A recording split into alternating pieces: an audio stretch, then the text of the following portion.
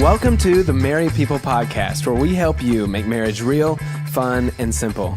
Each week, we have honest conversations about one simple thing that can make your marriage better. Because when your marriage is better, everything's better too. I'm CJ, and today I'm joined by my good friend and our resident newlywed, Afton. Hi.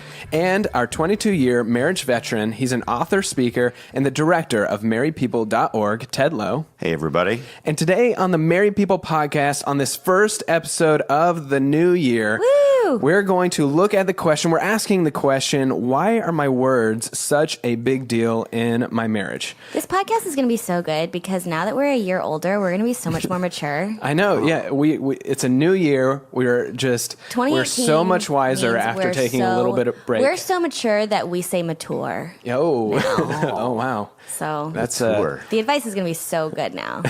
Because we're mature. Now we're mature. Manure. Yeah.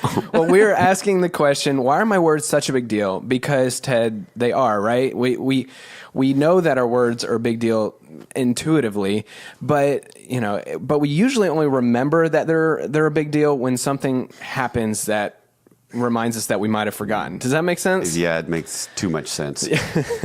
And no other place that I think this happens than in our marriages. Would you agree, Ted? You're 100% correct on that one. I think for all of us, or at least and I don't want to stereotype, at least for guys, I just remember being blown away how delicate the whole words thing was. My mom passed away when I was 10, so it was my brother, my dad, and I. We would say we were like bears with furniture.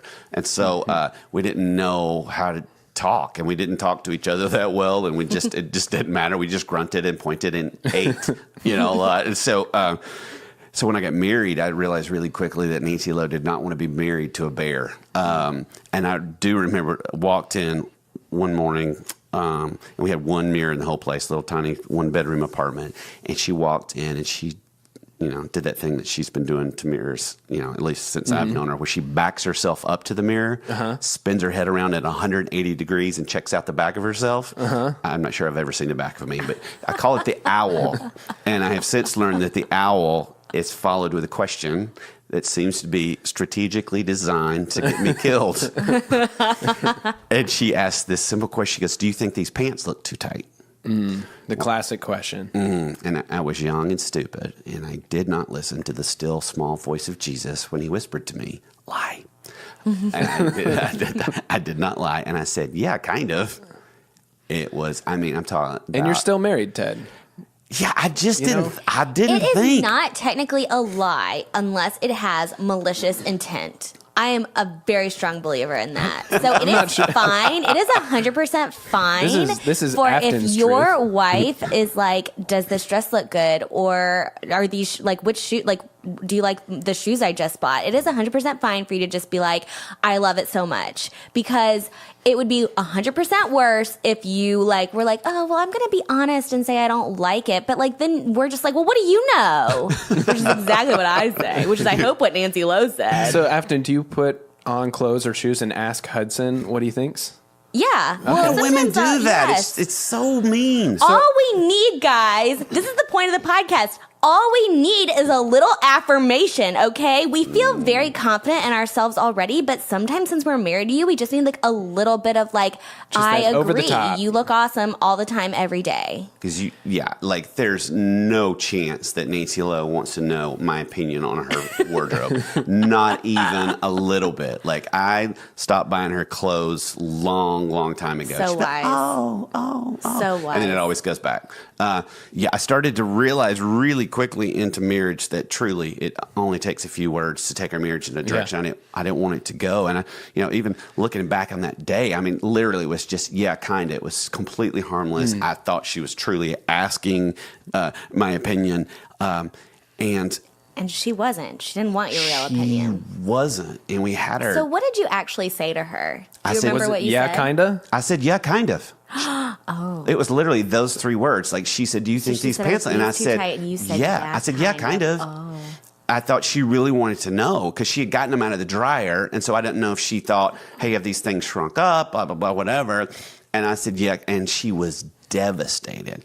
And I just thought, oh my gosh, I thought I was going to be great at marriage. This is teaching me that I am going to stink at it because I just couldn't understand why it mattered to her so much, but it really did. Man. It really did. Yeah. You guys, come on now. You got any stories? I've got a story. Go and ahead, CJ. I'm sad to say this is very recent, and so it's just a foot in my mouth moment. But we had a Friendsgiving with our small group about a month ago, or whenever that was, around Thanksgiving, and so it was at somebody's house, and so we get there. It's everybody brings something, and we walk in, and we're walking in, and everybody's in the kitchen, and we pause for a second, and Terry says, verbatim, I didn't realize this was going to be fancy. I'm wearing a t-shirt.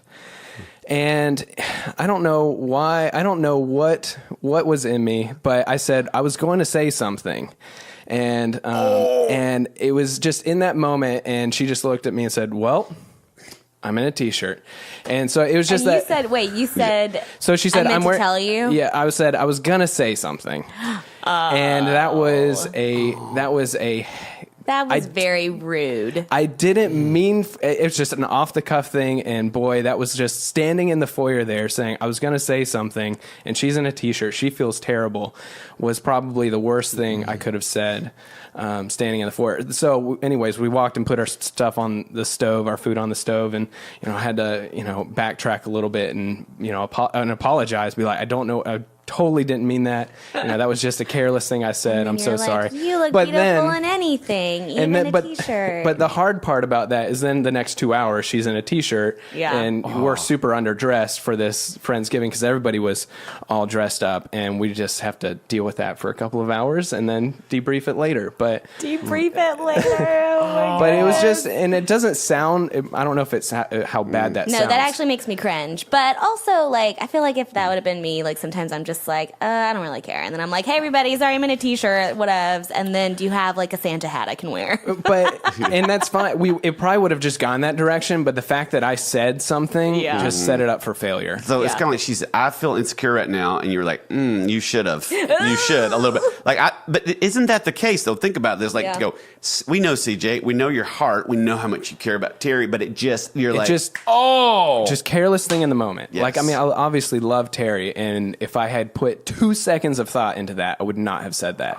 But it was just an off the cuff thing. Yeah, that's bad, CJ. So Afton, I just shared my very recent Friendsgiving story. I don't think anybody can even top yours because yours was it wasn't really that bad. Yeah, yours is the worst thing I've ever heard. Afton, you're fired. I can't even do that. But. Okay, I'll tell you mine. Okay. Actually, when Ted was like, oh, we're going to share stories of times that we have said something that felt like a foot in the mouth moment, I'm like, that happens to me every day. But I picked one specific one because Hudson makes movies. He's a screenwriter, as a hobby and in his spare time. So he likes to make kind of indie films. That's just, he's passionate about it and he likes to do that. So and he's very good at it. And and he's good at it, and he finds a lot of fulfillment when he is doing that, So he spent 10 days this summer filming this movie that he wrote, and then he produced it, and it was a dream project. And he showed me the trailer for it. We're all watching this trailer with a bunch of people. And I'm watching the trailer, and it was so good. It looked great. And I turned to him and I was like, oh my gosh, it looks just like a real movie. And apparently that's very offensive because in the movie world, it's not only real movies are Marvel movies. You know what I mean? Any movie is a real movie if someone created it and it's a movie. But I was trying to give them a compliment by being like, you guys did such a good job. It looks like a real movie. And they're like, it is a real movie. And I'm like, I know it looks like it. And then I had to totally backtrack. And then I felt bad because I didn't want him to think his movies are less than real movies normally or something, Because were you kind of thinking, when you first said it, I didn't get didn't cringe as much as mine and CJ's because I thought you're going, wow, people are spending millions of dollars on these trailers, and Yes. this looks like $1 million trailer. Yeah. Was that kind of where you were? Yeah, I mean, I thought I was giving them a compliment by being like, Yeah. it looks like a real Also, movie. other guys were there But, too, though. Oh yeah, like everyone that made the movie, and then they were all just kind of like, it is a real movie. Like There's just every like movie we make is there's a real movie. There's a commonality among our stories, and it's just that there was an insecurity in Nancy. There's an insecurity in Hudson. There's an insecurity in Terry, and in that moment of like that, that kind of fragile insecurity, Yes. we just said something a little bit the wrong way that Yeah. almost validated What they felt, what they yeah. were feeling. It's like Yeah. when you say, "Oh, it looks like a real movie," it's like, "Oh, because you almost thought this wasn't," or Right. something. It's kind of Right. like that kind of backhanded Yes. way There's like of an underlying thing. affirming their insecurity a little bit. How did it play out? Like you go, oh, I said something I shouldn't. Like, what was the fallout? They were all like, it is a real movie. No, And I man, was to- like, I know. With you And and then after Hudson, that- like, Oh, with me and Hudson, I mean, there wasn't like a ton of fallout. Like it was kind of just like we just talked about it later, and I'm like, oh, like it's a good trailer, and he's like, yeah. These stories are just a few examples of what all of us experience in our marriages. We find ourselves saying the things we shouldn't say and not saying the things we should say. And it's just we forget the weight of our words. Isn't that right, Ted? we do. There's something seems to be hardwired into our DNA that words really, really matter, and it has since the beginning, of time. When you even think of, God saying, He is His Word. Like you go, wow, God is coming to us through His Word. Like that's how He manifests Himself. So words are obviously very important to Him. It's also very important to relationships. We just watch what happens. And, the 5 love languages has been around forever. And one of those is words of affirmation. And a lot of people say, well, I'm not really a words of affirmation person. I'm an acts of service. But I don't think there's any marriage that works really well that words aren't a part of that. And I don't think there's ever been a marriage that broke apart that words wasn't a huge part of that break. It's how we handled the situation. It's how we responded. So they're very, very delicate. I mean, they're very, very important. When we think about the 3 statements of, CJ, you said, I was going to say something. Afton said, oh, it looks like a real movie. I mean, yeah, kind of. It didn't come from this place of malice or hurt. Like, I really want to hurt them right now. So when they have this response to us that's big, it feels to us, if we're just thinking about ourselves selfishly, Yeah. we feel misunderstood. We start feeling a little bit selfish going, why can't you just give me the benefit of the doubt? I didn't mean that. And we'll even say that. I was just saying, I was just kidding, I was just tired. Yeah, that's what I said. I didn't mean it the way that sounded, that kind of a thing. Right. And it's not emotionally satisfying to them at all when we say what we've just basically said is I was careless with you and we didn't mean that. So I think that's a lot of the problem is so many times when we say those things that we shouldn't, we didn't mean to. And so we give ourselves a break when I think maybe we shouldn't. And that's when we have to start backing up. There's a great, great passage. I mean, I have read more books on communication than I have brain cells. But I think I landed on one verse out of Proverbs that I thought this not only tells you here's what the problem is, it gives you the solution. It's Proverbs 12:18 says, careless words stab like a sword. So you think about that because people say now, we've become too sensitive to words. Our culture's too sensitive to words. And there's probably some truth to that, but we've always been sensitive to words. And to go think about this ancient passage is saying careless words stab like a sword. That's a pretty big, analogy of wow, to say when I hurt my spouse, it's a stabbing. And when you think about that for a minute, a stabbing is an event, and we remember events, especially the painful ones. Let's get really literal. If any of us, God forbid, were to be stabbed, that would be an event we would remember forever. And when we start think about the, those painful memories, they just come with more clarity when you look back. You can just remember things. I mentioned earlier that my mom passed away when I was 10, and I remember a couple of weeks after she had passed away, I was at a relative's house, and I'd made this big mess, and my relative, I'll stop with that, walks in and gets really upset that I've made this mess. And I started to cry, and I ran out of the house. And he chases me down, and he grabs me by the arms, and he goes, just because your mom died doesn't mean you can cry about every little thing. Wow. Right.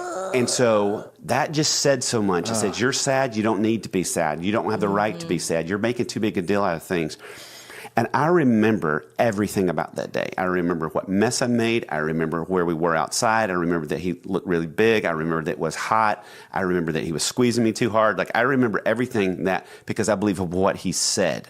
And so I think the same is true in marriage. And that's why it matters so much, is we can remember those hurtful words with such clarity. And this, we've got this file, we've got this thing where it really, really hurts. And so I think that we got to say, wow, when our spouse married us, we put them in close proximity to our words, to our sword. And that's why it hurts so much. Like, you think about someone flips you off, going down the road, like, you go, what an idiot.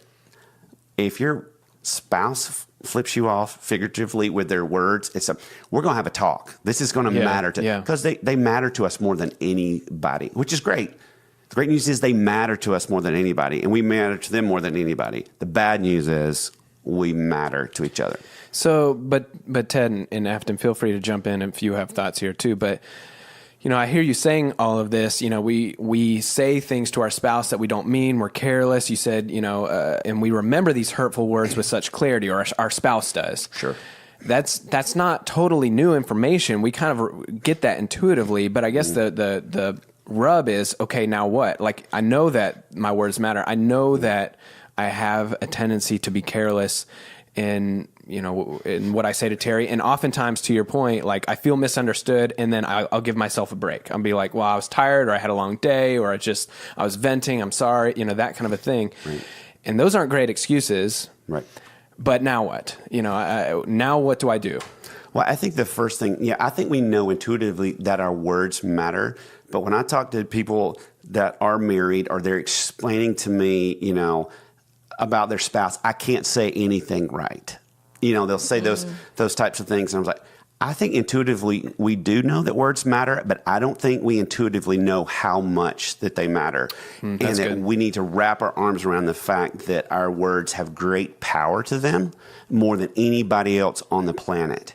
That comes with great weight. So I agree with you that most people understand a small degree how important, but maybe not to the full degree. No, that makes complete sense. Don't you feel like, too, that it's not really fair because your spouse can remember everything about all the bad stuff you say, but when you give a compliment or you say something that is positive, it's like you kind of remember them for like that hour and then you forget. Like that, I feel like that even happens to me. Like Hudson will say a compliment or something, and I like forget that he does that all the time. But I remember when he says something that I don't like.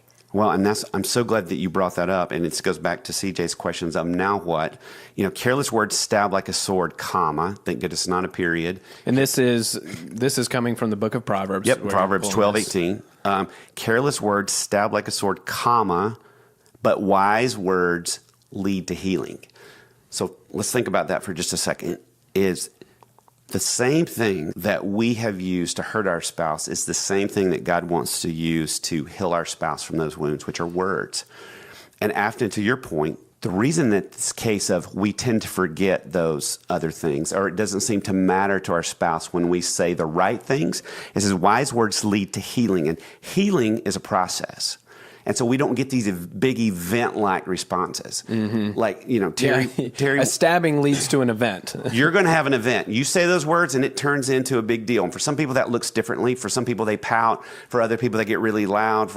We have different responses, but make no mistake about it. It's a little bit of an event in our marriage. When we say the right things, it's not an event. We don't get event-like response. And so we don't get these big rewards for saying the right thing, right? We don't get this, and what's rewarded is repeated. And so we don't get these big events like, oh, thank you so much. I was feeling so insecure, and when you said it was okay for me to wear a T-shirt, I thought he is always on my team, and I'll never forget the time you told me my T-shirt was okay, right? Yeah.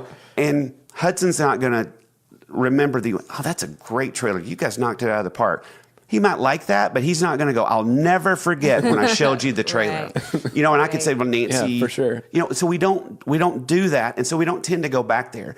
Nancy told me that I was the first person to ever tell her she's beautiful, which you guys know her is insane. And so when I would In her whole life? in her whole life, and so I would, you're so beautiful, and I would get this response, thank you. And so, and I'm pretty animated, so I would be like, That's an you are understatement. so beautiful. And probably this went on for years. It was probably about 4 or 5 years ago. I asked her, I said, do I say you're beautiful too much? Because it doesn't seem to matter to you, because you always just go, thank you. And she's like, no, I love it. I'm like, could you alert your face? You know, Yeah. because Could you alert your face? And how did that comment go? yeah. Well, it's been our joke for a long I time. hear It's you. like, it doesn't seem to matter to you. She goes, no, it really does. And so this has been a healing for her over the years. And I've seen confidence in her physical appearance that she has now that she didn't have when she was 23 years old when we got married, because it's been a consistent thing that I've not only spoken into her, but other people have spoken into her. But it's a process, and it's slow, and we don't live in a time that we value process and things are slow. We want things instant. You know, we upgrade. You know, the color wheel or the hourglass comes up on our computer for more than 6 seconds, and we're like, it's time to upgrade. Let's throw this thing in there. So we don't like process. So I think when we say those things, especially for ladies that you're listening, you say these things to your husband that maybe he even said he wants to hear you say, maybe not, that he's handsome, that he's great at his job, that you appreciate the way he provides. You've probably said these things and you get a head nod, maybe. And you go, that doesn't matter to him. On the inside, he's dancing. But you don't think it matters because you're not getting an event. You're getting a process-like reaction. Does this make sense? Yeah. Yeah, It does. and What do don't you you think? feel like the couples that you're friends with that practice this really well, you actually like to be around them a lot more? Like, I have friends that, just because I feel like based on what kind of marriages you're around, you like get a really great insight into what it's really, what they're really like. Like, I feel like I'm around friends where they're always just like, you're so cute. Like, they'll just say stuff. It's like, the to their opposite of spouse. bickering. Yes, it is. Where, like, it is. It's the opposite of bickering, where they'll just, like, make these small little comments. It's not a big deal, but they'll just be like, you're so good at that. Or, like, you can just tell that it's part of just their common practice in their relationship to just, like, constantly be, like, looking for ways to affirm the other person and just, like, saying little things. And it's like, I'm around those people and I'm like, oh, that's good. I feel like that's what it's supposed to be like. Afton, I agree with you 100% that one of the most powerful ways that we affirm our spouse or use words is to talk well about them in front of other people and they're in earshot, that they are hearing how we're speaking about them.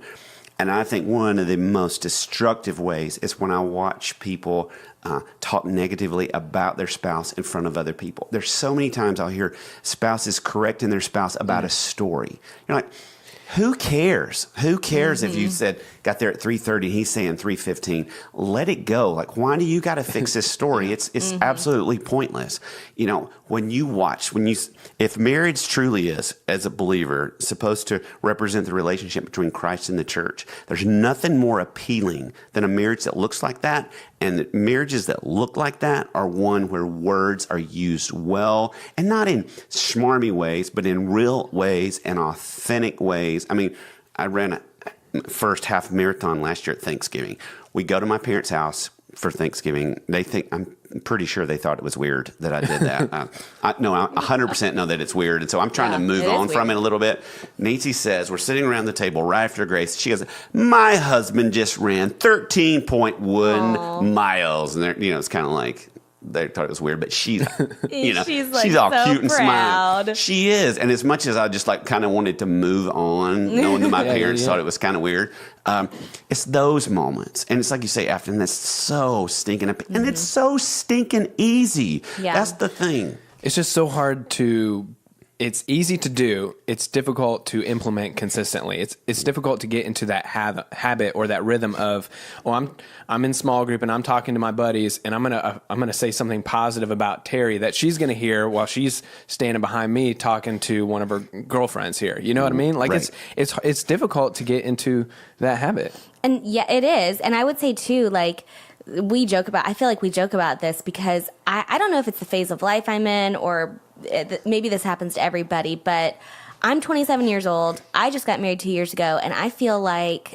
everybody I know is like on the brink of divorce. Like, I just feel like it's happening to so many of my friends, and every day it's like somebody on Facebook or somebody that I thought had something great going on is like, oh, we're separated. And like, it makes me so sad and it makes me so insecure. And I just feel like the more I've been talking to my friends about it, that, you know, my close friends that I'm like, what do we do? What do we do to make sure that doesn't happen to us?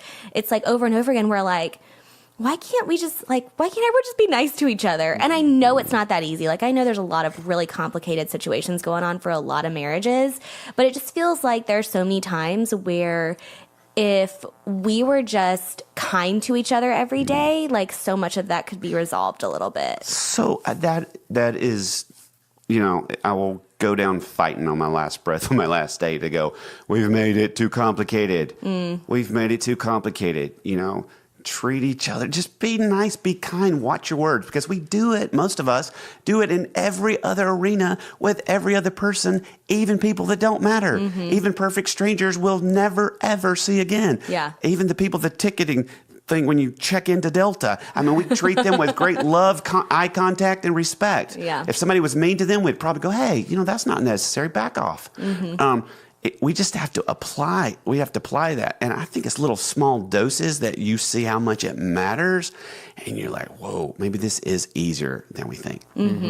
You know, you're right, Ted. It's a lot of times it's easier to be kind to perfect strangers and to let our guard down and be too honest and almost too comfortable with our spouse that we forget about the weight of our words. Absolutely. When I start thinking about, okay, how do we do this? I think the answers are in these two sentences. You know, if careless words stab like a sword, we got to be careful, which I think starts with being slow. We got to learn to slow this thing down. It's those moments where we didn't pause. You know, the Bible talks about be, you know, quick to listen, slow to speak. Like, we have to slow this thing down. Radio stations, every one in the country has this thing called the 7-second delay, where they have 7 seconds to delay something offensive going on the airwaves. Almost like, if we could install those as married people, I think how many marriages would be better. And so I think it's one of those things of, I'd say, talk kind of like people do via satellite. You ever watch people on the news via satellite? They're talking in Rio at the Olympics. Like, so how's it going there, you know, in Rio?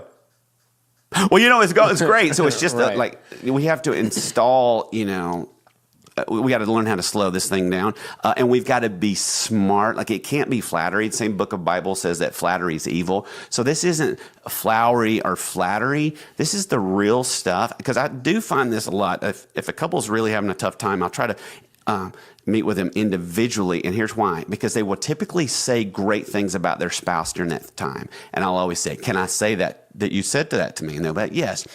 And I cannot tell you how many times I've said it and they either thought I was lying, trying to set that, or started crying and go, wow, I didn't know they felt that way. So I think most of us see these really great things in our spouse. We just need to say them, and we need to say it in a smart and authentic way. And that starts these healing things. You know, when I think about people that are bickering, like you're going, we're not the couple that, you know, if you're thinking, well, we're the bickering couple, we're not the ones that affirming each other. It always takes two people to keep a negative cycle going. A lot of times one can break it. So I wonder, you know, That's good. if there is, you know, somebody right now go, oh, we're the bickering couple, just test this thing out. Like, what would it look like, you know, to say something positive? Or, you know, you're on the cell phone and you know they're in the other room. You kind of make this comment, say earshot, you know, Hudson has made this movie, and I mean, they don't have $1 million, but it looks like $1 million movie. I can't believe this thing. They have pulled it together from the trailer to the thing. Yeah. You know, whatever that is, to let them hear that. So I think it's being slow and being smart. So all that sounds great, you know, and if you're listening to this just like me, you're like, okay, yeah, that sounds great. sometimes you don't know where to start, though. It's not like, maybe Afton will go home and just call up a friend and start talking about Hudson's movie. But practically speaking, sometimes it's difficult to find yourself in those moments and just honestly just to get the ball rolling. So like we always like to do here, Ted, we like to boil these big ideas down to one simple thing. All this stuff is really, really great. This verse is great, but to put some handlebars on this for us this week, what would you suggest our one simple thing be to get the ball rolling in this direction? Yeah, I say this week, on the day that you're with your spouse the most, whatever day that is, keep a tally of the wise things you say and the careless things you say to your spouse. Because I think most of people, it's not an ill intent. Most of us are not getting up in the morning going, how can I say the wrong thing and make my life and their life hard and bad? I think it starts with this assessment of going, where am I on this continuum? Because I think a lot of times we're not as affirming as we think, especially for you nonverbal processors. Like Nancy and I'm a very verbal processor, and Nancy, she's not. And so she thinks a lot of good things, but for her, it's been a struggle to actually say those things.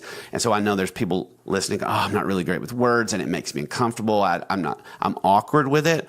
But to start listening, what's my tally here? Yeah. Like, for this day, I feel like I said 2 or 3 things that were kind of snarky or hurtful, and I don't think I said anything that was positive. And just kind of get a sense of who you are a little bit, because then it becomes the thing of when you see the look on their face, and maybe you just write a note or a Post-it note. I mean, it truly can be that easy sometimes to say, here's a Post-it note. Thank you for going to work every day. I know you don't love your job, but thank you for doing what you do. Thank you for all the chores you do around the house. I know you're so tired of folding all these clothes. But it just can matter. And it is an awareness thing. Like it's really just being aware of what comes out of your mouth. And not even what comes out of your mouth, like I feel like for most of us, it's like what we're texting them throughout the day, or like something I try to do is whenever I'm like flipping through Instagram and like, how we just like do that all day is, a lot of times I'll just like send Hudson, you can like send Instagrams to like one person. So I'll like, if I see something that reminds me of him, or like I follow a couple like meme accounts that just like say funny things. But if I find one that I feel like applies to him, or like he would think is funny, or, I'll send it to him and be like, this is so you, or whatever. And usually, I try to make sure they're either like funny or encouraging, or, something that would make him feel like, oh, she knows me, or she, likes this about me, or whatever it is. Like it can be something simple, and it doesn't have to be like sitting down and being like, hey, your hair looks so good today. And to that point, just the whole, like, you said you guys text throughout the day. As I'm thinking through this one simple thing of, and just to remind people that, make a list, keep a tally of the wise things you say and the careless things you say. I'm thinking like, I wonder what mine would be. And I'm thinking through the way that Terry and I communicate a lot, and it's text messages and all that kind of a thing. I'm like, I wonder how much I would even put down, because so much of our communication is transactional. It's like, what are we doing for dinner? Right. It's like, what time are you going to be home? What's this? What's that? And even on days we hang out, a lot of times, it's more than that, obviously, but I'm like, I don't know how much I'm saying on either side. You're just kind of like, it's just words are neutral. It's what are we doing this afternoon? Where are we going for lunch here? And all of that kind of a thing. All you have to do, CJ, is send what's for dinner, and then the next text is an all caps text that says like, I loved last night when you made the chicken parmesan. That's all you have Which to would do. probably be what it is. And you say that in jest, but I agree with you 100%, Afton. 100%. It is the killer, Parmesan, whatever the heck that is. But I think, it's these little things. That's a great point, CJ. A lot of times we do have the transactional neutral words. This is kind of how we're living, but gosh, to spice things up. This is the fun part of marriage. This is a great part of marriage. This is the reason that we wanted to be married, is to feel loved and connected. And words is such a huge part of that. Well, that's going to be a great challenge. Afton, are you actually going to do this one simple thing? Do a tally? Yeah. A tally of the words I say? I'm going to pick like a Monday when we don't really talk that much. Good, Hey, perfect. start there.